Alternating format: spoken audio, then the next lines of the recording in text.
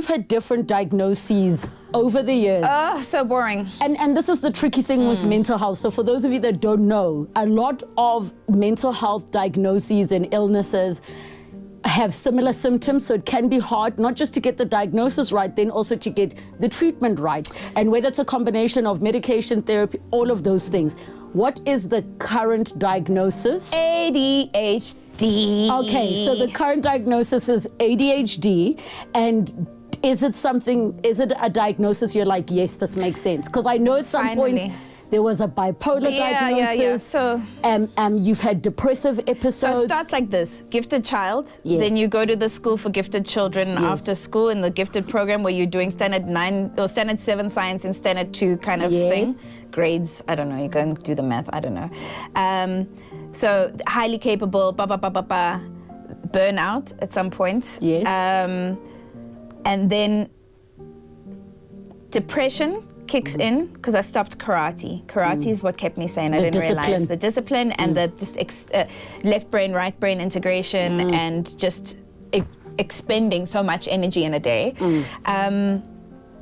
So when I stopped karate, all my symptoms started showing. So depression, anxiety, and these severe mood swings. So also, can I add what I think could make it worse? Because I just thought about it now as you were talking.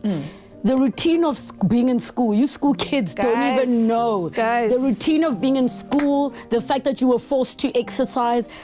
As an adult, you have to do it yourself, and it gets so much harder. So there's no one forcing you to PE. There's no one forcing you, to be like, it's that hockey team, and you are, right? 100%. So the structure completely goes when you leave school. The misdiagnosis, first of all, they only started studying ADHD in young girls in 2017, the year of our Lord. So they... Sigmund Freud. Yeah, exactly. They could not have diagnosed me before correctly because they didn't have the data. They simply didn't have the data. I take a variety of different medications because we are currently treating a mood disorder that is sort of semi-permanent as a result of the ADHD not being treated or diagnosed. Or so those like pathways and how you've been operating is quite fixed. Anyway, so I'm working with a variety of doctors, a psychiatrist, a psychologist who does something called the anchor-based approach. It's kind of like cognitive behavioral therapy. He's a therapist, but he helps me with a framework. So, like you've got a routine with school, it's a framework for your life.